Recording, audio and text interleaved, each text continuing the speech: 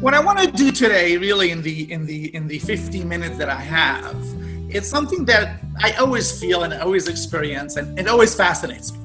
I taught. Some of you might know I taught Daf Yomi in Borough Park for 9 years, and it was like a very intense Daf Yomi class. I taught it literally 365 days a year, but I mean it literally. Every Yom Kippur, after Yom Kippur, people would show up. The end of Tisha B'Av, people showed up. Literally 365 days a year. For 9 years, I taught the Daf Yomi class. And it was a very successful class. It was a good group of people. About 80, 100 people would show up every night. And there was a kind of an intensity to it, also an intimacy that we've developed over the years. And someone once asked me, someone said to me, what's the secret of the success? Why are people so interested in coming to it? What do people like about your shiur? I mean, it's another page of Talmud. What's so great? And what I said to them, and I find that to be really, really true, is that if you dig long enough, you'll find that every page of the Talmud tells a story. And I mean it literally every page. When I taught Daf Yomi, it took me usually about 4 hours to prepare every day. It was a lot of time of preparation. And mostly what I looked for is to find that time, 10th century, 11th century, 12th century, 13th century, whatever it was, at some point in Jewish history, where that particular page, that particular daf in the Talmud became a point of conversation, a point of contention. And like I said, I would say that Amos Rabbi was successful 80% of the time. 80, perhaps even 90% of the time. If you look long enough and you search, and eventually kind of you develop, search techniques and search tools. If you look long and hard enough, you'll find, this one, in the 12th century, there was a big debate about this mikvah, and this Gemara came up and debated about it. What's even more interesting is that sometimes there can be a topic that actually repeatedly comes up again and again and again, and every couple of years it becomes that important issue that people are arguing about and people get all worked up about. And at the end of the day today, when we are here in the 21st century, we can look back at a topic and say, wow, that has quite an interesting story. And I want to tell you one of those stories today. One of those stories, a topic that actually is pretty well known. I'll share it in a minute. That I don't even know why. I like to tell my students always, there's a beautiful line in the Gemara. The rabbis say, "Hakol talui b'mazal." I'll translate every Hebrew code that I mentioned. The rabbis say, "Hakol talui b'mazal, afilu sefer Torah shebeheichal." Everything is luck, even the sefer Torah in the ark. Which I don't know about your shul, but I know that the Zuckermans and I go to the same shul on the Upper West Side, the Jewish Center.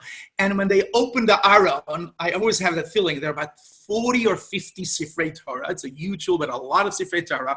And I'm always thinking, who will be the lucky one this time? Who will be the one that they're going to pick? And then who are going to be the other 39? They're going to be just ignored. I feel like it was sad, when they close the Aron. Okay. That one was lucky, and the other 39 are going to be closed and wait again for their turn, maybe next week, maybe not next week, right? And the line in the Gemara is that's luck. Hakol talui b'mazal. Everything is luck. Even the Sefer Torah that gets picked when they open the ark. Why was this one picked over that one? Luck, sheer luck. And I find that also true with topics, with ideas that come up in the Talmud. I don't know. 100,000 ideas, if you kind of start enumerating all the ideas that come up, 100,000 top concepts, and I'm not exaggerating, we're talking about 2,500 pages. So maybe an exaggeration a little bit, but there are tons and tons of topics. Of those, 10% were lucky that somehow they got all the attention in the world. All the attention, and again, people would talk about it, people would debate it, people would discuss it, people would qualify it, people would clarify it. And why do these 10% get that attention and the other 90% not get that attention? Nobody knows. It's just the way it is. Somehow that's the way it is. And I marvel every time I come across the topic and I'm like, How lucky were you? You got lots and lots of attention over the years. And then also you come across them and say, I'm sorry. You really deserve much more attention than you got. What should I do? And it's a little funny. I know I'm kind of almost like anthropomorphizing the ideas, but some of you know, I've been doing this for 47 years, and I love it the way I loved it when the day I fell in love with it. And these ideas are so important for me, and I almost feel them. Why do you not get the attention that you deserve? But today we're going to look at one that actually, like I said, got a ton of attention. Now, to contextualize it, I want to kind of first give you a little bit of the background, the context. The context is that for some reason, and I'm curious to hear your thoughts on this, for some reason, Halakha developed mechanisms for vicarious performance, right? Again, there are mechanisms for times when people can perform mitzvot vicariously, meaning what? Let's say I can fulfill my requirements to Glenna's mitzvah. Glenna is going to do the mitzvah, and if we activate a certain mechanism, which I'll mention in a minute, for example, I sit back and relax, and I would have done the mitzvah. Does anybody know of examples of where we have mechanisms that allow people to do a mitzvah vicariously through other people? There are a couple of them. That like a shaliach? So the first example is, go on, Louis. A shaliach to sell my chametz, a shaliach to give a get, chas v'chavur. The phrase in the Talmud is shlicho shel adam kemoto. Your agent is like yourself. And somehow, again, picking Glenna. I'm sorry if I pick on you, Glenna. I'll tell Glenna exactly Lewis's example. Can you go sell my chametz? And I'll sit at home and have a chametz dinner, and my chametz would be sold because Glenna did it for me, right? That's one example of vicarious performance. Anybody know of any other examples of vicarious performances? Father's not there at the bris of his child, and say again? Takes someone else to act on his behalf. I didn't hear the first half. The father is not there for the bris of his child. Yep, right. So that's actually interesting because there are two examples. There's either a shaliach if a father is traveling and the wife gives birth and the baby needs a bris. Again, the father can appoint the shaliach. There's also the Beis Din, right? Even if the father does not appoint an agent, the Beis Din, the court, the rabbis can do mitzvot for some other people. Any other examples that you know of? Sure.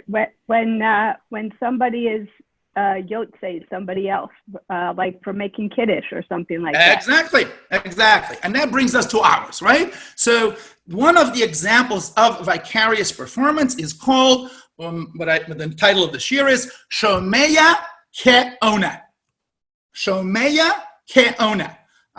Anybody want to translate this term? If you know Hebrew, and the reason I'm asking is not because I want to put you on the spot, because I want to show you how these three words carry a real punch.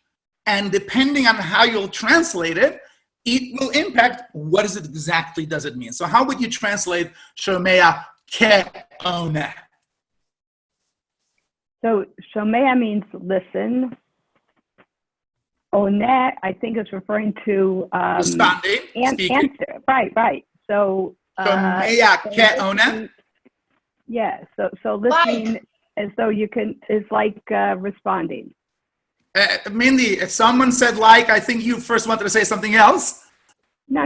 You also want to use the word like? But I'm going to interrupt because you have to remember that there are people who are hearing impaired. And then what happens with all of them? Yep. So if we have time at the end, we'll talk about it a little bit. But does everybody, do we unanimously think that the translation of ka is like? Are there other ways to translate ka? Because this ka is an important ka that has been thought about for years. So it's an important term that really you have to be very precise. One definition is ka, like. What would be a different, slightly variation of the like? As? Like or as? As if. They are now the same. Sachi, what were you going to say? As if. As if, right. I always remember when I come across such a term that has that what's called the chaf, Keoneh. I always remember my grandfather, Keoneh livracha, my father's father, my paternal grandfather. My paternal grandfather, he had a very rough life. It was not an easy life. He suffered tremendously. He was orphaned at a very young age, and then during the Holocaust, his brother was shot right in front of his face. His sister died. He suffered tremendously. But somehow the way he got through life was through humor. He kind of had this kind of almost like vicious sense of humor, and it was self-deprecatory, and he had these funny jokes, and that's how he got through life, and he was a sweet, kind man. And one of the stories that he loved to tell was about this rabbi in Europe who somehow had an exaggerated appetite, let's just say it that way. He just loved food a lot, which is fine. A lot of us love food, but he also talked a lot about food. He talked about food, and he had ideas about food, and divrei Torah on food. He was just obsessed with food. So once he served stuffed cabbage. So if you know the name, stuffed cabbage in Yiddish is called kerot. That's what it's called, kerot. He used to say always when they would serve stuffed cabbage that this is only the kerot. This is the like rot. But when Mashiach is going to come, we'll have the privilege of eating the real rot. And can you imagine how yummy that would be? So you always talk about the rot, the like rot. So the is very important. Anyway, so the term is Shomei Ke'ona. I'm going to share with you the screen, the Gemara, so that you know the source. I'm going to bring it up on the screen. You see it? Yes. Yes? Okay, so the source is a Gemara in Masechet Sukkah, and the Gemara says, the question there was, how did people say Hallel in Shul? So the Gemara has different versions, and one opinion is the Shaliach Tzibur reads, and people respond B'Shem Hashem, and how does that work? And the Gemara says, Mikan l'Shomei Ke'ona. From here we learn that there is such a thing as if you listen, is as if you have spoken. And if you think about it for a moment, like, what a crazy idea. What does that even mean? I know what speaking means. I know what listening means. And I think all of us speak English. And speaking is speaking. Listening is listening. So what does it mean when we say hearing is like speaking? What do you think it is? What do you think it means when you hear a formulation like that? That seems sophisticated, but actually makes no sense. What does that mean? Hearing is like speaking. How could a hearing be like speaking? It's not like speaking. What does it mean halachically? What is the conceptual basis for this premise? To have it be active. I'm sorry? To have it be active. Explain. Because listening is passive, whereas speaking is active. There was a whole philosophy about parenting years ago called active listening. As opposed to not really being, alert and aware, and have it be a process, an active process, as opposed to passivity. Okay. But you're making it worse, actually, Judy, because if speaking is active and listening is passive, why indeed is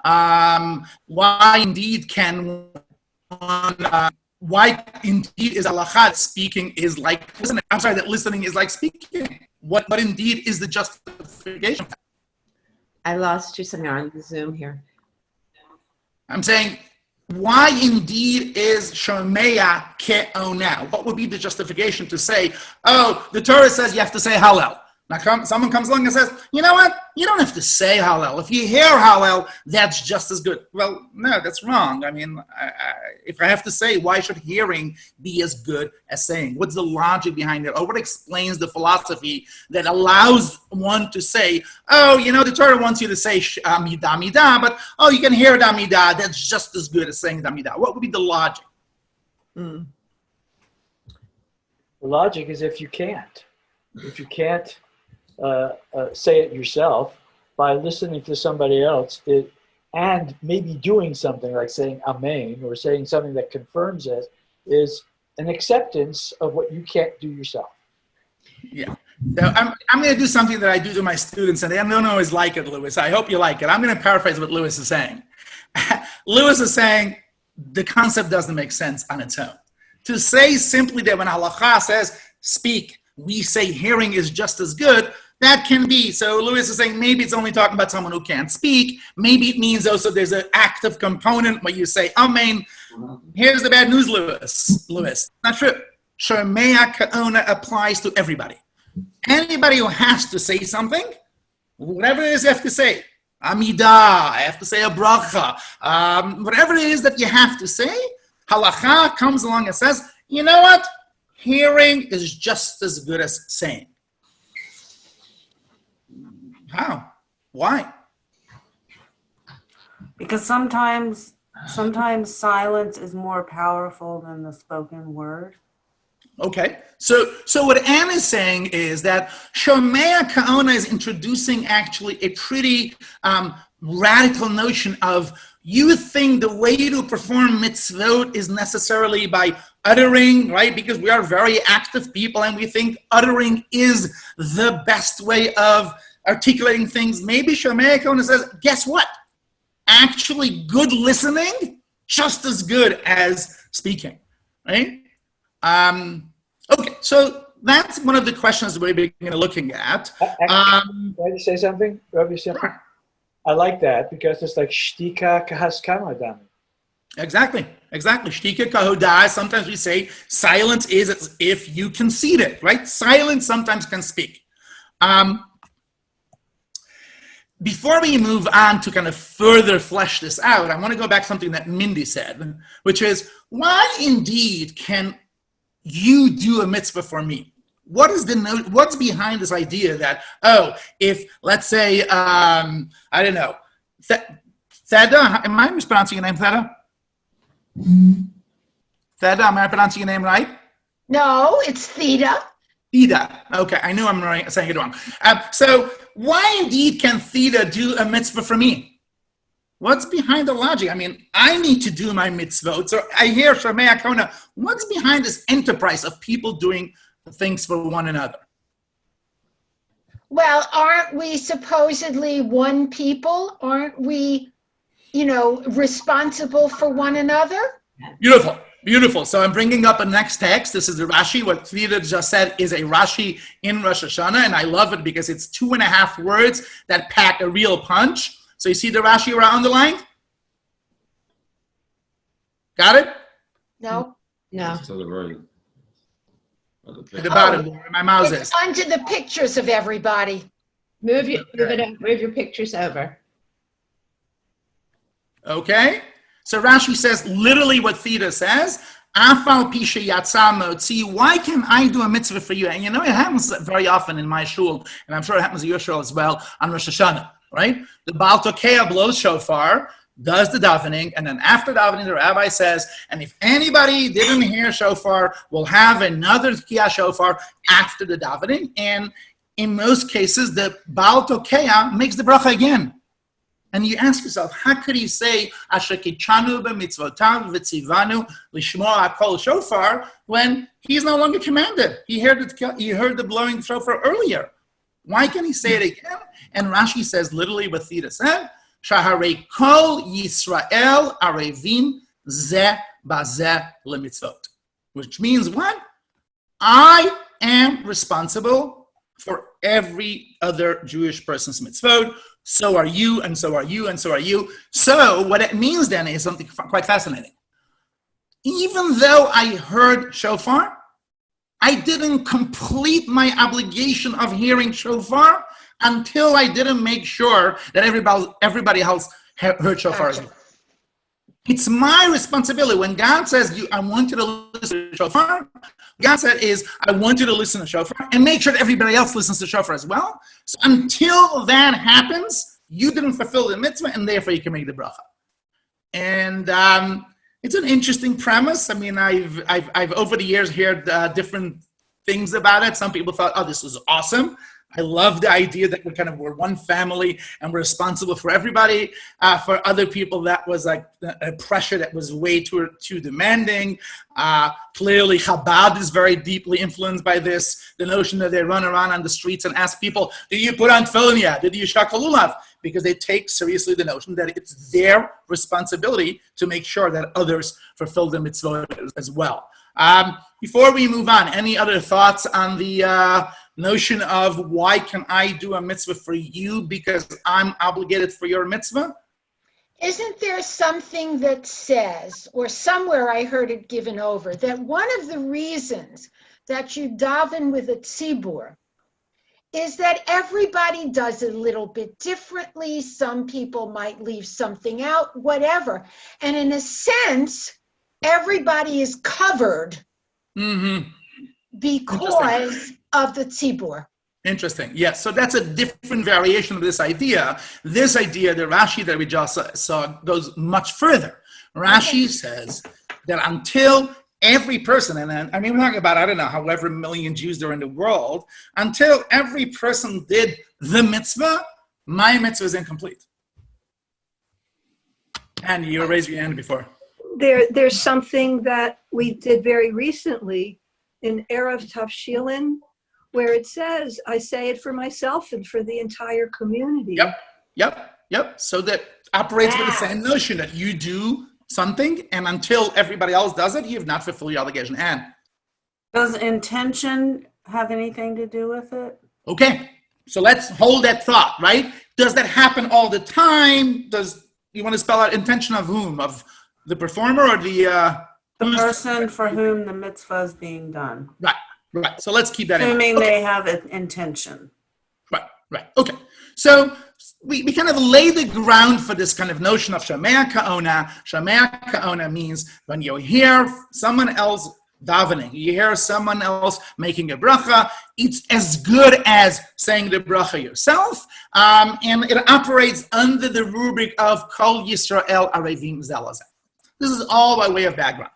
Now, what I want to show you for the next half hour or so is that somehow every couple of years, this premise becomes the basis for a big debate that really shapes Judaism the way we know it today.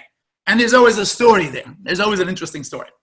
So there's the medieval period, the modern period, and the contemporary period. And we'll look at those three periods, how it's an innocent topic, big deal, Shomei Ke'ona, yet for some reason it becomes a real big one over the years. So the first example, and I'll bring it up on the screen again. I love this one. The first example is, let me just scroll down. Okay, so here we go. Can you see the underline on the right hand of your screen? Yes. No. Okay, so here's why I love this. I love this because if you study Talmud, you notice that almost on every page, there is a debate between Rashi and his grandson Rabbeinu Tam. And it's always Rabbeinu Tam, his name was Yaakov, that's how he gets the name, Yaakov Ishtam. Rabbeinu Tam critiques his Zaydi. I always try to imagine what the Shabbos table must have looked like in that family.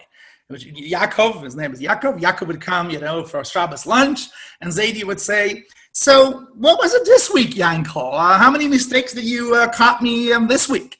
And there's something interesting. There's a fascinating phenomenon. I mean, the biggest example that I'm always intrigued by is the fact that Rabbeinu Tam believes that Rashi's tefillin were pasul. Just imagine that lunch. Yankel walks in and Zaydi says, "So what was it this week, Yankel?" And said, Zaydi, I'm sorry to tell you, but your tefillin are pasul. The ones that you've been wearing for the last 60 or however many years, they're pasul. Sorry. So I don't know exactly. I haven't seen anybody kind of look at the kind of more interpersonal angle, but it is quite fascinating that there is almost not a page in the Talmud where they don't fight, where they don't argue. So here's Shomei Ke'ona, a fight. What could be a fight about Shomei Ke'ona? So let me read it for you, and I'll translate as we go along. Everybody see where my cursor is? Yes? Right over there. Can you see my cursor? No. No. Okay. The Kosiv Rashi besuka perulul v'gazul. The Adam hamit palel v'shama mipi achazan kaddish o kedusha eino yachol lahafsik v'lanot im hatzibur ela yishtog v'yamtin ma'ad d'Shomei Ke'ona. Something that must have happened to all of us. You come late to shul, you're trying to catch up, You're saying the Amidah, finally, you got to the Amidah, you're saying the Amidah, and in the meantime, they're doing Chazarat Hashatz already, and they're doing Nagdishach. They're doing Kedusha. What should you do? You can't interrupt your Amidah because you're in the middle of your own Amidah, but you don't want to miss Kedusha. It's one of the highlights of the Tefillah. What should you do? So what does Rashi say? Yishtok v'yamtin ma'at the Shomei Ke'ona. Rashi says, oh, simple. We found the solution. We just mentioned that there's a concept of Shomei Ke'ona. Hearing is as if you spoke. So just listen to the Kaddish. And as you're listening to the Kaddish, it would be equivalent to you saying the Kaddish. Okay, sounds like a decent solution. Anybody have a problem with the solution? I cheated. You could just look at Rabbi. If you cheated, you can't say. No. If you cheated, then we'll get to that. But on your own, if you haven't cheated, on your own. Sounds like a good solution, no?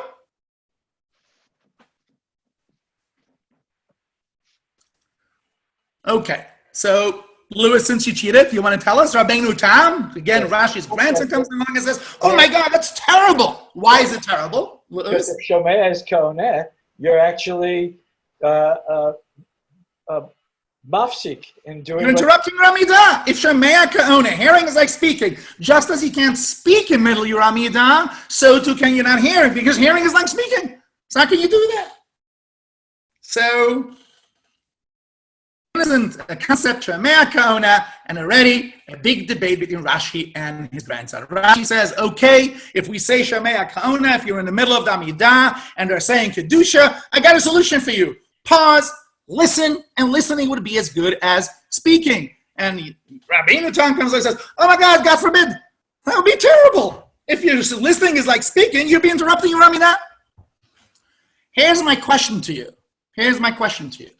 I tell my students all the time, there are no fools in the tradition. Meaning, what I mean by that is if people made it into the canon, they're never caught by, an outright mistake or a stupid idea or an oversight. They knew what they were talking. And it's never, ever a question of, oopsie doopsie, I got you, Rashi. I got you, Tosfot. It's really that they're debating ideas, and Rashi had one understanding, and because of his understanding, it was not a problem. Tosfot had a different understanding, and therefore for him it was a problem. So here again, I'm asking you, why did Rashi not think that Rabbeinu Tam's critique is a problem, and how is that reflective of different ways of understanding what really Shomei Ke'ona means? I would say Rashi says it's not identical. It's kit. It's almost like it. But it's not it. It's not it. It goes back to our question in the beginning. If you're saying it is, it's equivalent, it's it. Shomei Ke'ona can mean two things. It can mean hearing is just as good as listening. Just speaking. You don't have to speak. Hearing is good enough. Or Shomei Ke'ona means when you hear someone else saying it, it's as if you said it. As if or like. And that's the machloket, Rashi and Tosfot. Rashi understands Shomei Ke'ona does not mean that I'm speaking. I'm not. My mouth is closed. I don't move my mouth. I'm not speaking.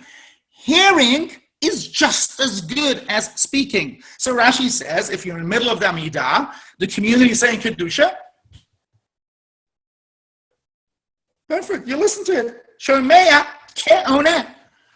Rabbeinu Tam, his grandson, said, no, you don't understand, Rashi. That's not how I understand it works.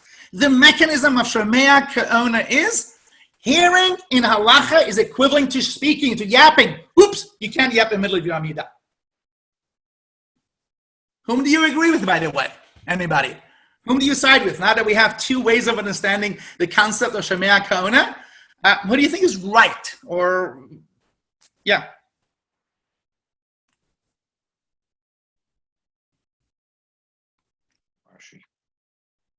I go with that. If this was a younger class, I would make everybody take a vote. I'm not going to put you on the spot, but just instinctually, I would tell my students, raise your hand if you agree with Rashi. I'm not going to do that to you, but just curious. Rashi, Joe, Rashi, why Rashi, Joe? Because Rabbi Tom's interpretation of hearing is the equivalent of speaking, you, the congregant, would not be speaking even the words of the prayer being said by the man who's leading the service. Yep, exactly. Anybody want to offer a counterpoint for a moment, perhaps? You know what? I actually agree with Rabbi Ysoscher.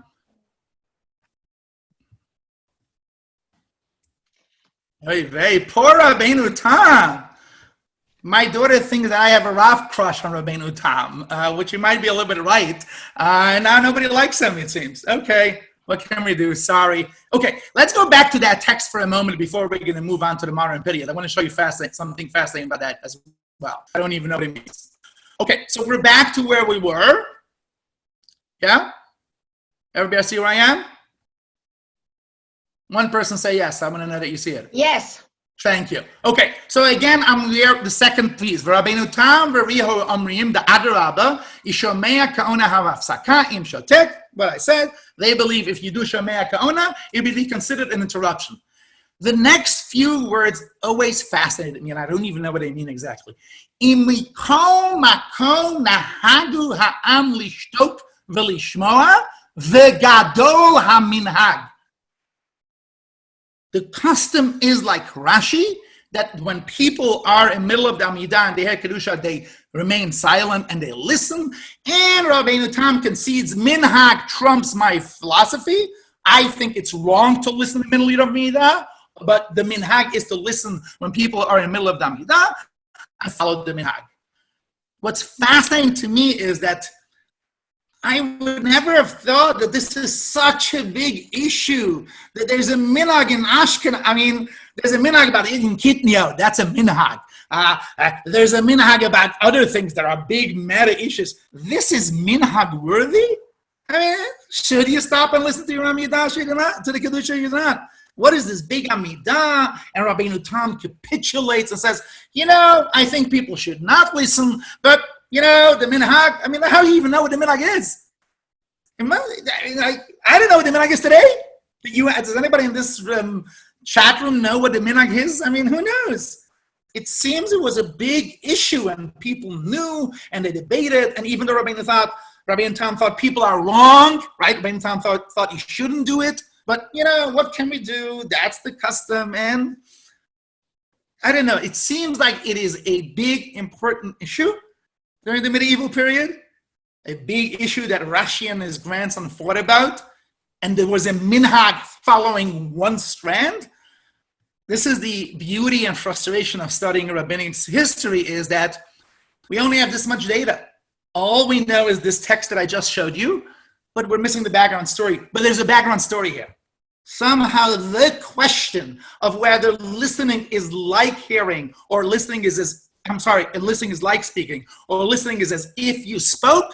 There was a period in Jewish history when that was a big issue. And I don't know why. I mean, your speculation can be as good as my speculation. I mean, we'll take a minute to speculate because, of course, as usual, my time is running out before even we scratch the surface. But, I mean, does anybody want to conjecture why is this a big issue? Why is that an important issue in the scheme of Judaism? Is it Keoneh? Is it not Keoneh? Like, who cares? No. Tita? No.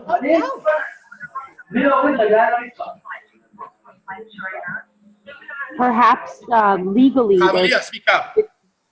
Can you hear me? Yeah, sure. Not anymore. You kind of unmuted yourself.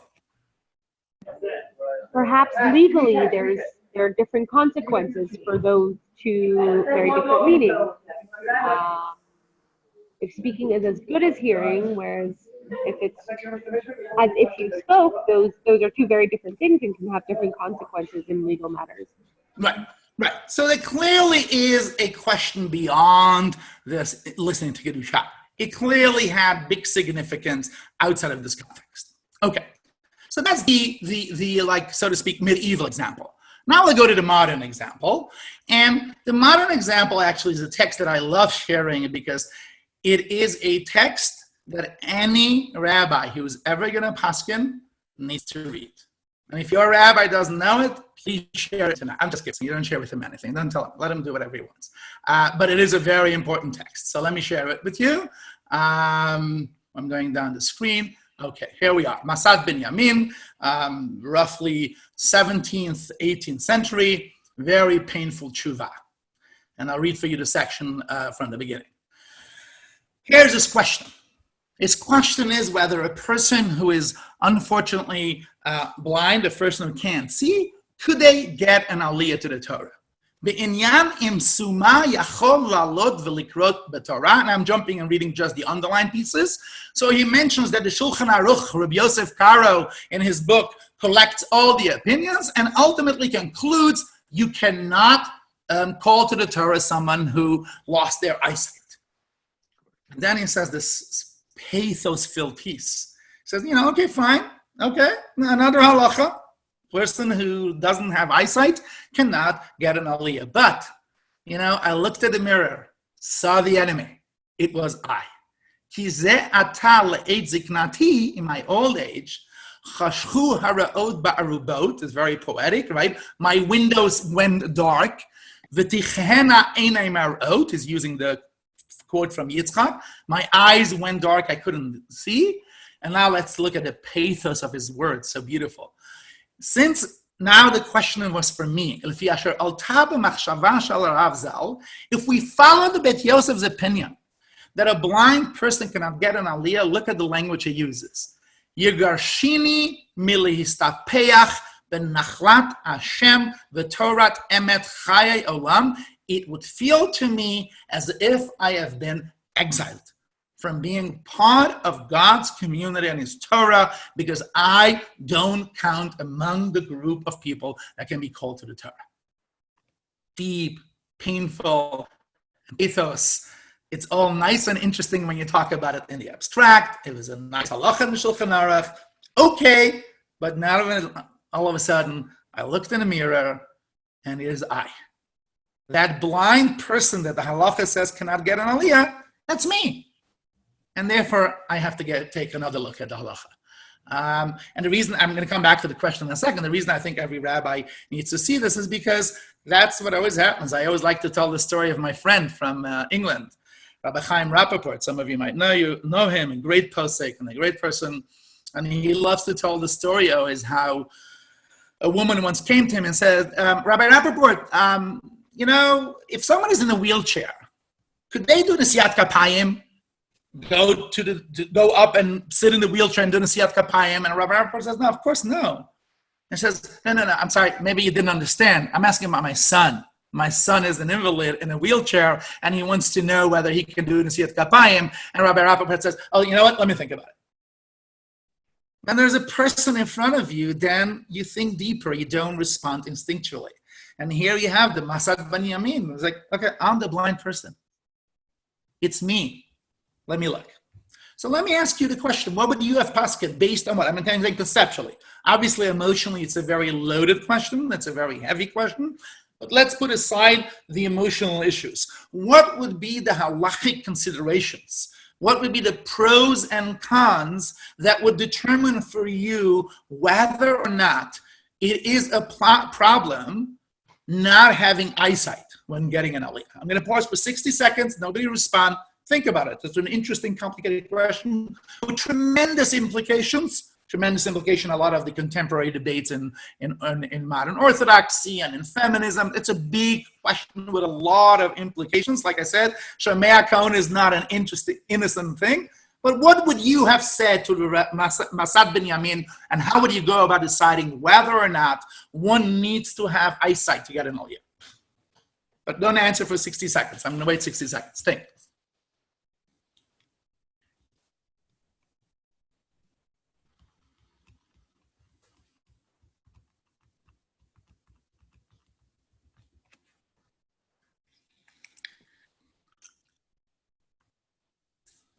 What's involved in having an aliyah? Do you have to be able to see the words that they're reading?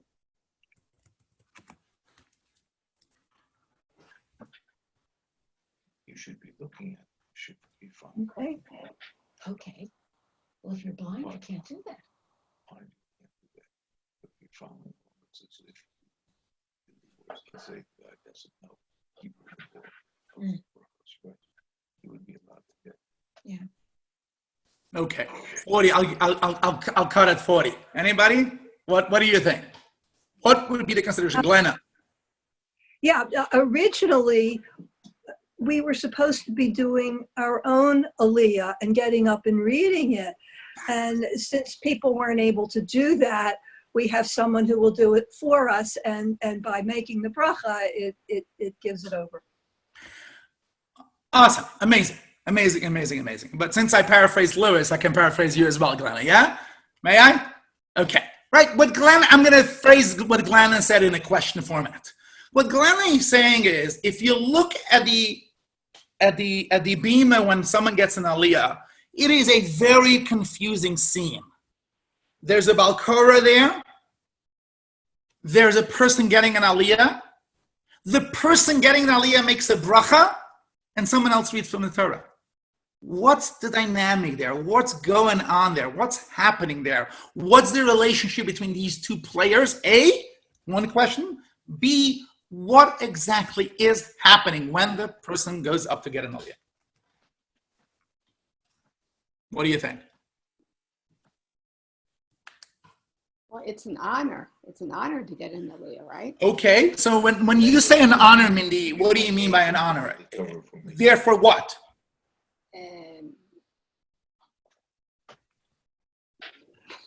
I don't know. It's a good question. Yeah, I'm going to unpack it. When you think of honor, what do you mean? Meaning, why is the person called, and what is the person doing when they're there? I mean, it's an honor because they're being recognized amongst all the congregants that they've been chosen to be called up for the aliyah. Obviously, there's one for the Kohen and one for the Levi, and then the rest for Yisrael. But it's a privilege. To me, it's a privilege, especially speaking as a woman in an Orthodox synagogue who can't be getting one. It's a privilege. Well, in some synagogues. Exactly. But it's a privilege, and okay. it's given oftentimes if somebody is, has a simcha or is celebrating the yortzeit or something like that, then they're preferred over other people. Okay. Anybody wants to add to what Mindy said? Meaning, again, we're trying to unpack what Glenna started us off with. What exactly is happening at that moment?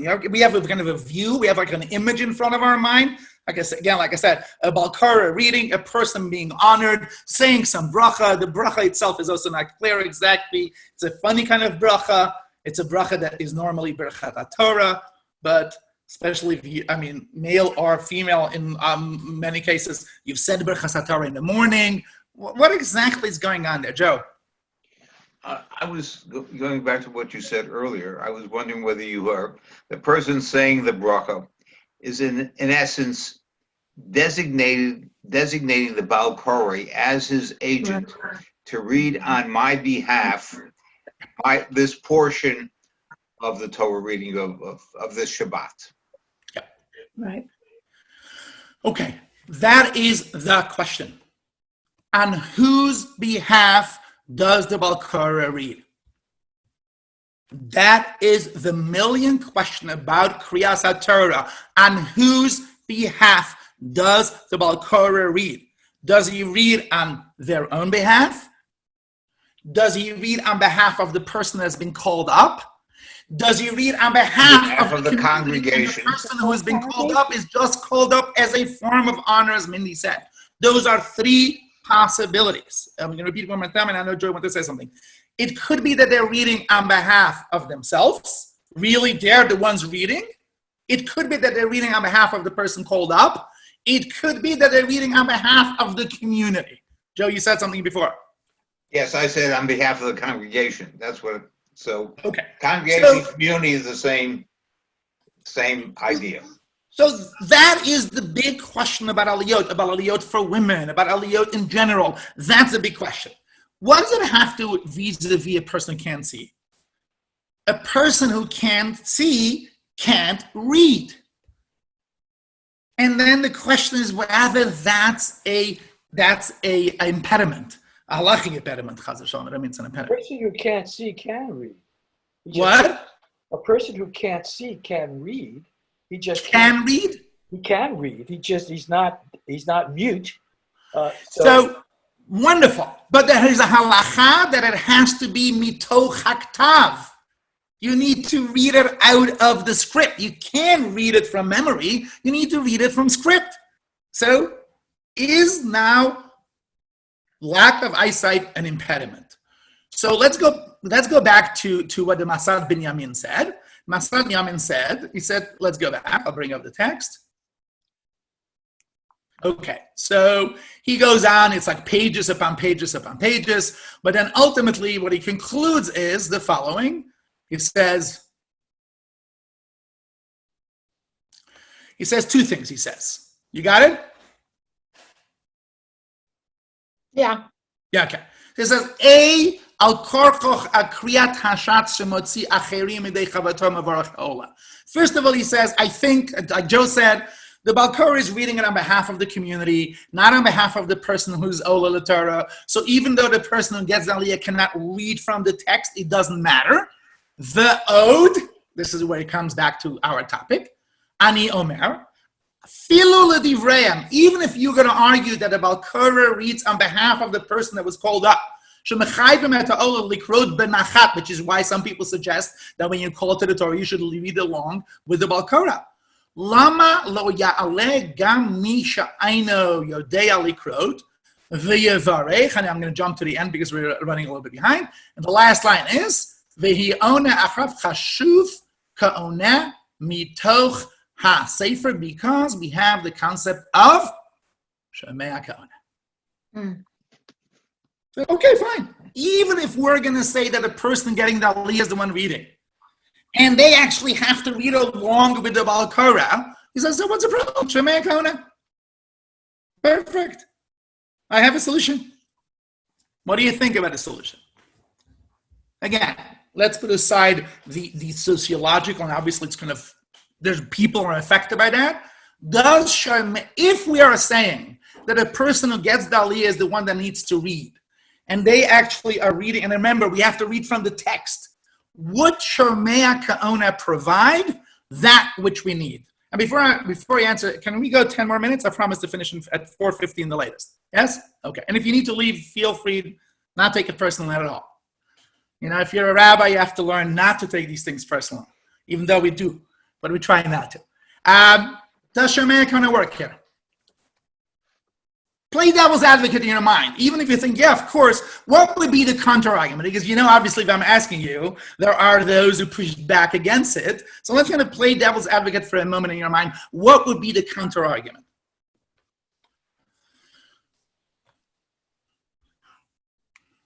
Like the person who reads is the shaliach for you. But Theda, this is why it's, if it were a shaliach, then it would have been a different mechanism. We're not using shaliach mechanism. We're using Shomei Ke'ona mechanism. And I'm asking, does Shomei Ke'ona provide what it is we think we need for the person getting the aliyah? Yes? Play devil's advocate for a moment.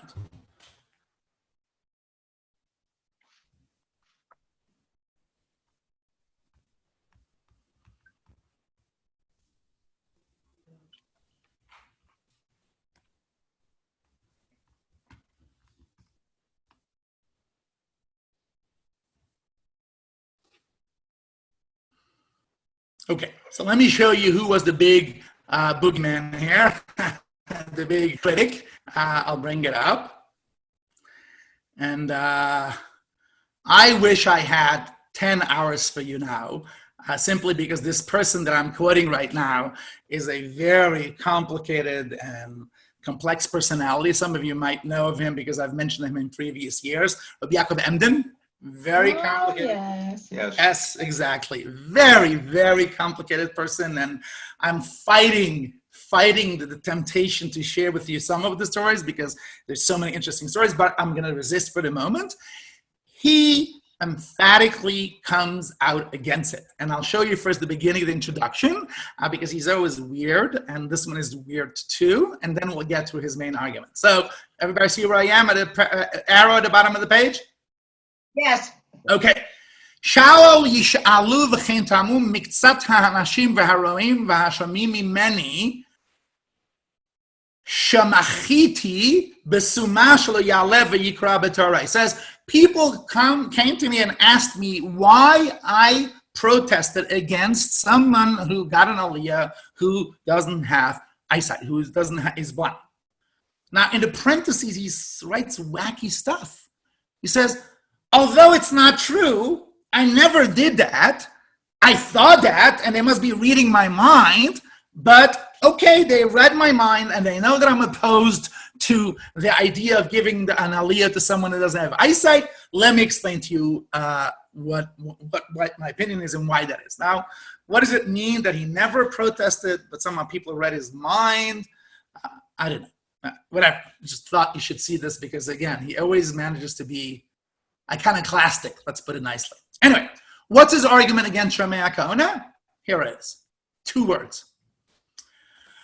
V'heim zal yatzu l'chalek mima she'amru zal Shomei Ke'ona, and I'll translate, l'chein dinu shenishtana adin l'zeh esko zeh shemak l'sako, v'davar zeh eino kedei klal. It makes no sense. La'niyat dati lo ho'ilu klum. They didn't accomplish anything by using Shomei Ke'ona mechanism. Why?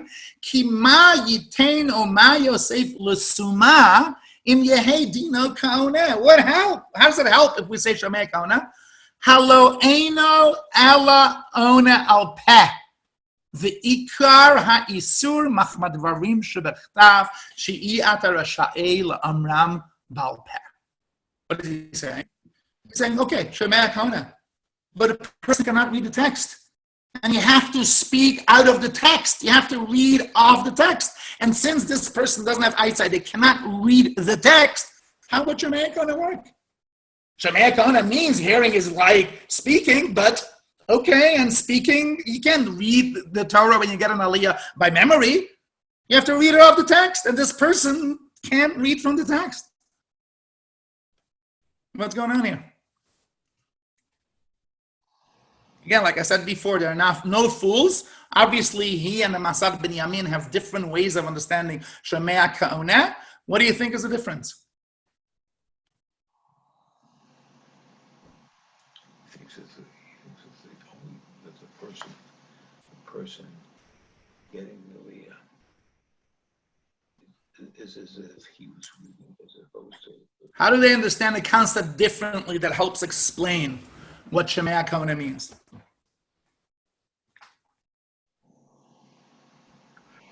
Well, let me take a stab at it. In Sure. the first example that we were talking about 5 minutes ago, the Valkore is speaking for the entire congregation. And here he is, Rabbi Emden is in essence saying that it is as if the person getting the aliyah was himself reading what is before him in the scripture, in the Torah scroll. That's how I reconcile those two examples. Anybody else want to add? But I have a question. What you think is the debate? What? But I have a question, and the question Let me first tell you about that. The question is, let's say the person can only read the brachos because it's been written out for him in transliterated form. He could not read, does not otherwise read Hebrew. That person, at least in my shul, would be able to get an aliyah. Yeah. I don't know about other people's shuls, but in my shul, he'd get an aliyah. Yep. Okay, so I'll come back to all of that. But again, let's try to figure out what is the debate about Shomei Ke'ona, and then of course we'll talk a minute or two about its practical implications for women's aliyot, for the the contemporary discussion about the coronavirus, where this debate plays itself out, and I'll tell you in a minute how.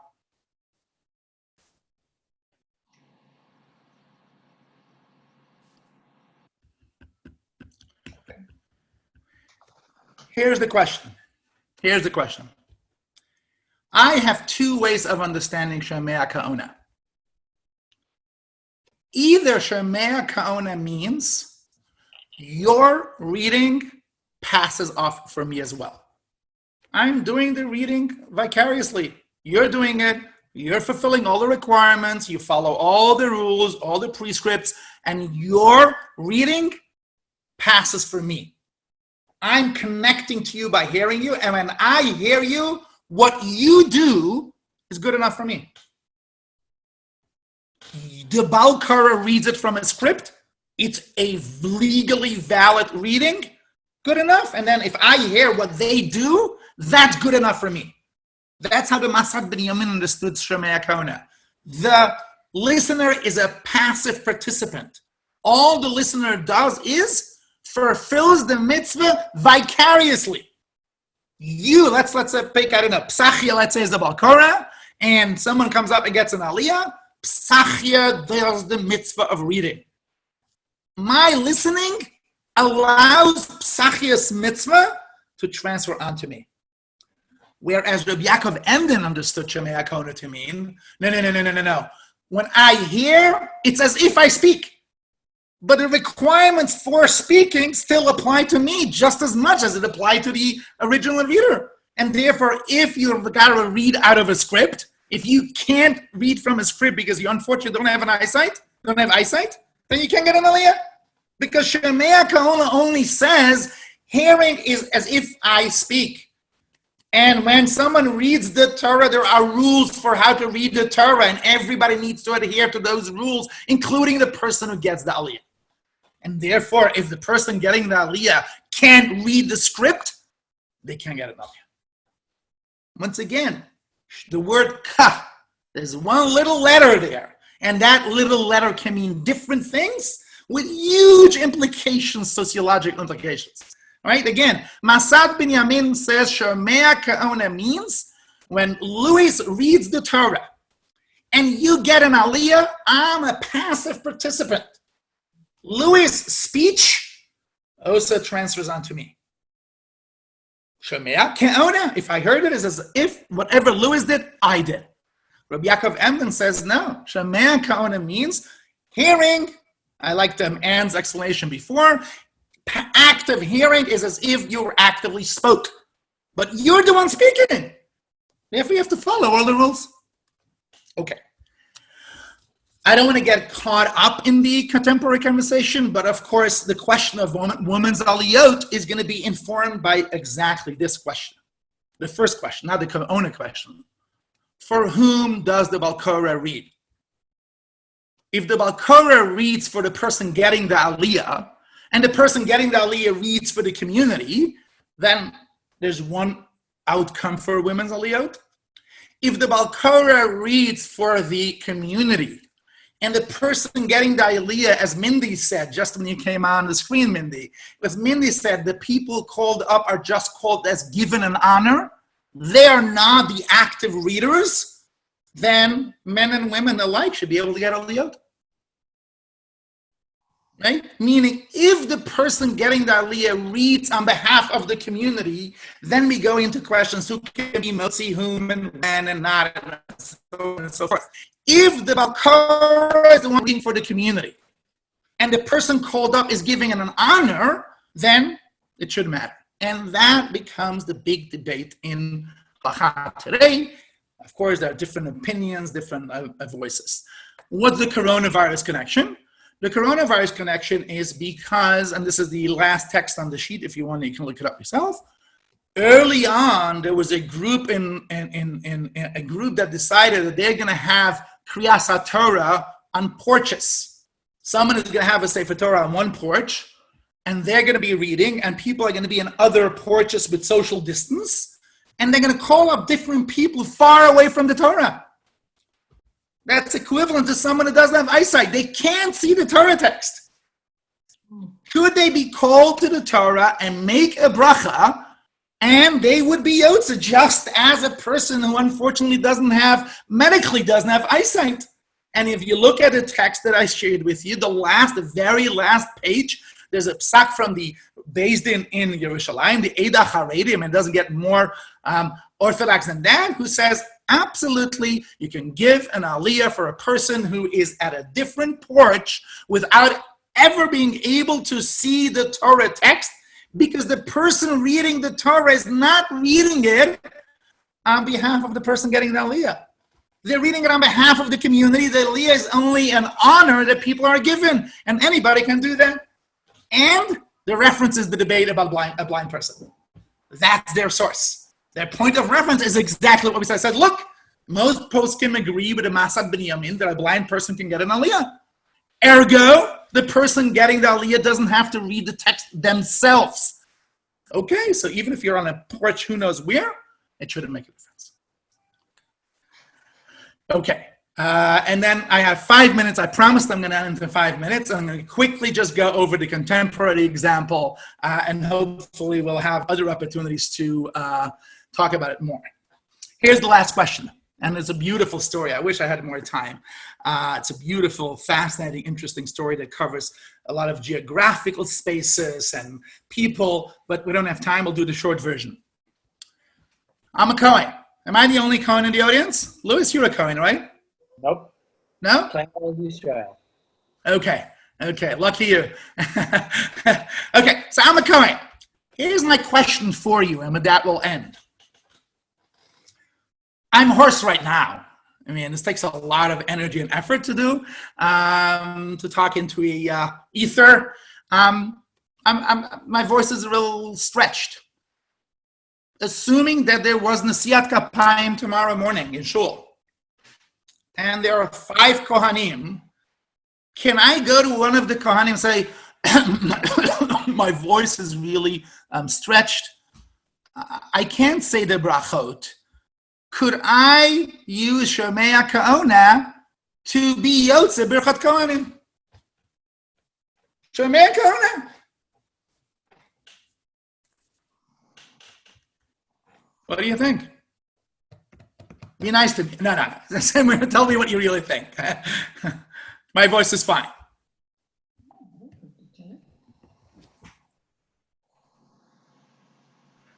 Glenna seems very, very perplexed. And Mindy is perplexed too. You know, I mean, it's such an incredibly important honor for a Kohen. Kohanim do not want to give up the kahuna. That's very important to them for any reason. The fact that someone would say, oh, well, you could replace me, and this is kind of beyond my thinking. Okay. What legally, based on what we've said so far, what would you say, given what we know about the mechanism of Shomei Ke'ona? But Nesiat Kapayim is its own unique process. It's not like reading the Torah. It's its own unique thing. What would you say about applying Shomei Ke'ona for Nesiat Kapayim? Again, play devil's advocate. Why yes, why no? Because as you can imagine, if I'm asking you, obviously means there was a debate about it. I don't think you can. I'm sorry? I don't think you can. Because... No, why not? Well, I've never seen it. So, I don't look at it. It seems to me that there are physical components to this that you do that are important. And also, if... Wait. Thea, spell it out. What do you mean by physical components? Don't you do something with your fingers? And don't you bless? And don't you, go kind of like this under the talus? And besides which, even if the words come out in a whisper, you're still saying the words, therefore you're blessing. Okay, anybody?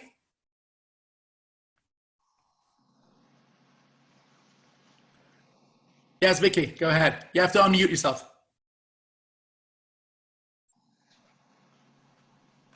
We're not hearing you, Vicky.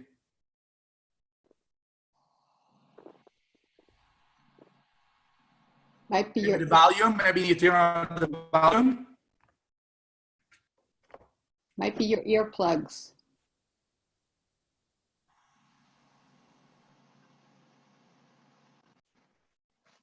No. You're unmuted, but somehow we can't hear you. Want to unplug your headset, maybe? Hello? Yep. Yeah. That's it. Ready. Now I can't see you. I lost you guys. I would say no, you can't substitute a non-Kohen for the priestly blessing, because in that sense, I mean, it's the Kohen. It's an embodied. I don't know. It's an embodied mitzvah. Okay. Do you know what I mean? Yeah, for sure. But how about if another Kohen does the blessings? And what would you say then? It would be okay? I guess I would lean toward okay. Okay. I don't know. Okay. So I don't know if this is good news or bad for Theta, but Theta, you are the brisker, and Vicky, you are the Chazonish B'nai Baraker. What do I mean by that? Yeah, I hope that you think it as a compliment. I know not everybody would think that, but I'm saying it as a compliment. Again, I'm running out of time, but this was a big debate between the Briskers, like the Brisker family in the Litvish world, and the Chazonish in Bnei Barak. And once again, I don't know the full background, but there clearly is some background story, because never is Shomei Ke'ona. To paraphrase Freud, sometimes Shomei Ke'ona isn't just Shomei Ke'ona, but this became a big debate in the Litvish world, whether one can say Shomei Ke'ona for Nesiat Kapayim or not. It's in your source packet. Feel free to pursue it if you want. Theta, you'll like this. Yes. Wait, I'll tell you even more. You like it even more. So, you know, I've learned this debate the first time, let me see, it was probably